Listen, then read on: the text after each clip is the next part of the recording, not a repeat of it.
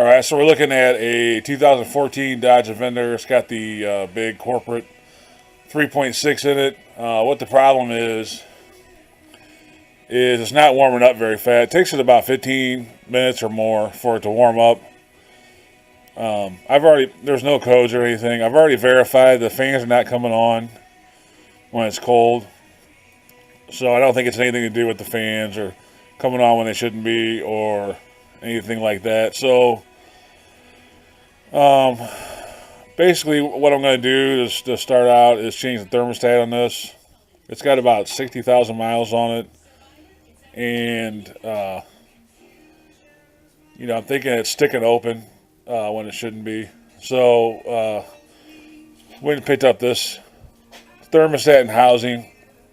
You can just buy the thermostat on these separate, but this was only a few dollars more. It comes with the whole thing, so we just picked this up.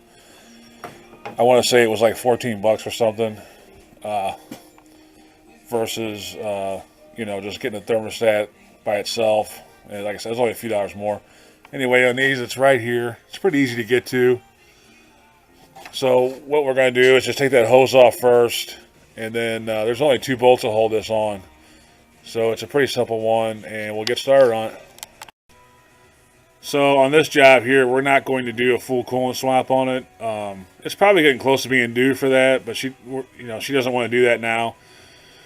We'll probably get the car back in the spring and do that. Anyway, so for this job, we're just going to jack it up, put a pan under the engine here, and then we're going to pull this clamp off and pull this hose back, and we'll lose some coolant. But at this point in time right now, the main concern is to get the car to warm up a little bit faster. So we're just going to focus on that, and we'll do maybe do the coolant flush and change over this spring. But anyway, for now, we're going to go and take that clamp off and then start taking that housing apart. All right, so what's kind of interesting about this, I pulled that hose off, and this thing leaked out quite a bit from this housing, more than what I would thought would be if the, you can see it's still leaking. So if that thermostat was closed, I wouldn't think it'd be leaking out that bad. So I think we're on the right track here with changing this out. Because normally, like I said, if that was closed, you'd leak a little bit. But this thing leaked out for probably 2 minutes, and it's still leaking right now. So I got a feeling that thermostat is just stuck open all the time. So anyway, we'll get those 2 housing. It looks like 2 10mm bolts for that housing, and we'll get that off. Take a look at it. All right, so this is the one that came off of it. Now they do have a bypass hole here. And if you wanted to just change the thermostat itself, you can just push down on this middle part, and then this will come apart, and then you can just pull this straight out. So, and then if you do that, make sure you change the seal on here if you just change the thermostat. So that's pretty simple. They just go down in here. And like I said, there is this bypass hole there. So that could be another reason why it was leaking so much out. But it is towards the top. Anyway, so this is how those will come out if you just buy the thermostat itself. We are going to, like I said, this is only a few dollars more, and it comes with the housing and the new seal and everything. So that'll be next. We'll put it back. And these aren't very tight. I'm going to look up the torque spec on these, but these things, it's plastic, so it was not very tight at all. So you definitely want to be careful when you tighten this back up.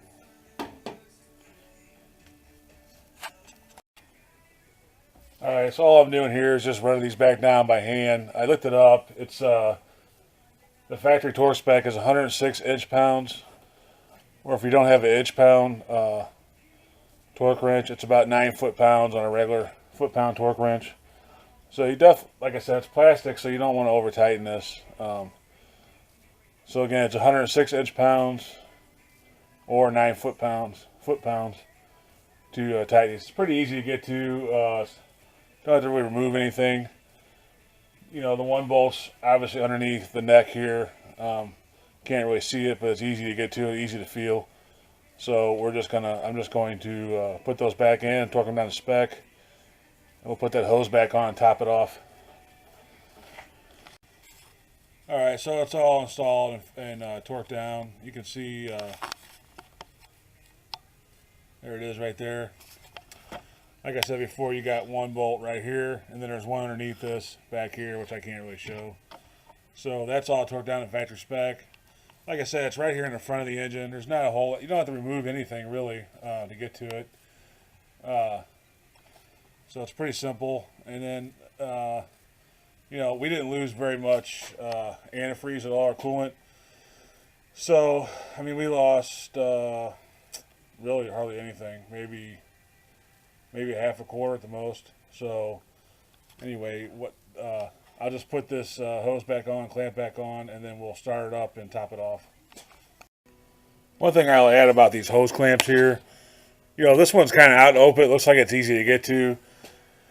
And I'm kind of an old school guy. I still use channel locks most of the time for those type of clamps. But if you do, you know, if you do a lot of work on cars, even if you're just a do-it-yourselfer, these things come in pretty handy sometimes. These are built hose clamp pliers just for these type of clamps, and they have different angles. You know, they come in kits. So they even have a remote one where it's got a cable where you can get, you know, down in somewhere with a cable, hook it up, and then it's, you know, a long cable, so you can get kind of remote access to some of those ones that are really hard to get to. It's a good investment, I think. You know, like I said, you could do this clamp with, probably not with channel locks just because the angle. But with a bigger set of pliers, you could probably still do this job. I'm just pointing this out. Sometimes these tools make your life easier. And like I said, I'm old school. I very rarely pull these out. But it was a weird angle, and just the way that was down in there and the size of it was making it kind of a struggle with the regular channel locks. So I pulled this one out with the curve, and it got right in there and did it. So those are pretty good investment if you mess, you know, especially pretty much all cars have those now. So it's a good little investment to get, and it makes your life a little bit easier sometimes. Like I said, most of the time you can still do it with channel locks or pliers or whatever you have, which I still find myself doing that anyway. But these are a pretty good investment, especially one of the ones that are a little hard to get to. So anyway, that's just a little note on that. So I got it back on, clamps back on. So I'm just going to start it up and top it off. Like I said, we didn't lose much. And we're going to see how long it takes. Right now it's in a heated shop, so it'll probably warm up pretty fast in here. So I may just take it outside. It's pretty cold today. St. Louis, I think it's around 20, 28, 29, something like that. So we'll take it outside, see how long it takes for it to climb up. And as I was working on this car, I noticed this right here. I don't like this at all. This is that little foam pad that goes under the manifold, and it looks like a mouse has gotten in here and went to town on this thing. It's got a pretty good little nest built back there. So we're going to keep an eye on that. Yeah, I don't like that at all. And this car is driven pretty regularly. This car is rolling quite a bit, so I'm really surprised that a mouse had the time to do that. But yeah, there's wiring under there and all kinds of stuff, so I don't like that at all. I'll vacuum that out that he tore up already. Looks like he tore up quite a bit of it, and I'll see if there's any kind of wiring, if I can even get in there and see if there's any kind of damage or what we're looking at here. But that's no good. You don't want them chewing on your wires, especially, well, any car, but these newer cars, chew on one wire and the whole car can go down. So we'll definitely vacuum that out and take a look at it. All right, so I vacuumed out most of it. If you can lift this up, I don't know if you can see it in there. Got a pretty serious nest going on.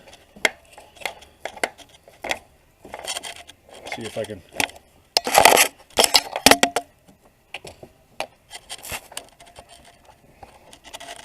Looks like he's built a pretty serious nest in there, and you can see the fuel injectors. So I don't. Car runs fine. I'm hoping he didn't gnaw on any of the wires, but there's some serious nest going on there on this.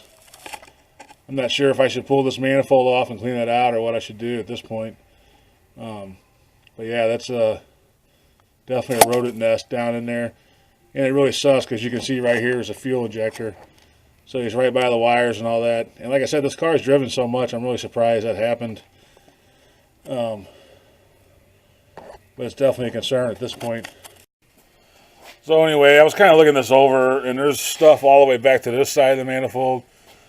So I think the best thing to do, and I could smell a rodent, so it might be dead in there, I don't know. But what I think we're going to do is just pull this upper intake off and clean it out, just to be sure no wires were chewed up and create a short later. So you can see here a simple thermostat jog and turn into something like this. But anyway, we'll start on this. I guess I'll make 2 separate videos on this. So as far as the thermostat house, that's pretty much done. So at this point, all we would do is just fill it up with the antifreeze and then top it off, and then see how fast the car heats up. All right, so we're just gonna see how long it takes this thing. This Avenger is completely cold. It's not running right now, but you can see on the temperature sensor there, it's completely cold.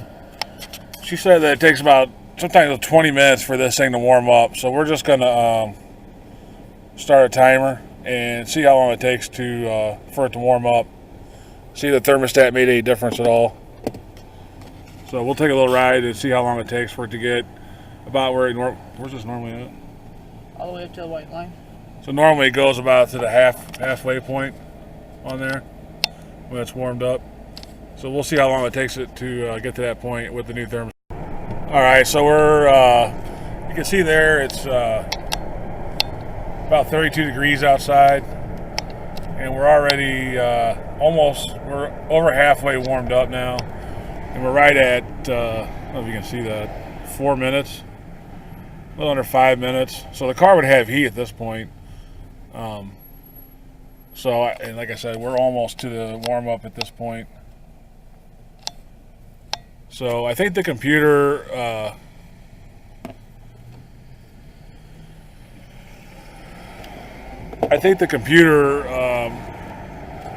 it's 15 minutes, around 15 minutes is when you might get the code for it not being warm enough and staying in open loop. So we'll keep going. And then look at this. Another customer drops the car off. Look at that. Fuel lights on. Look at this. It's on empty.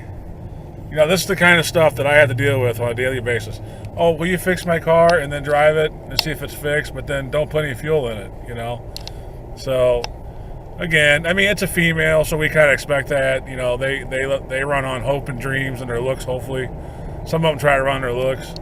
So I guess she's trying to do that today.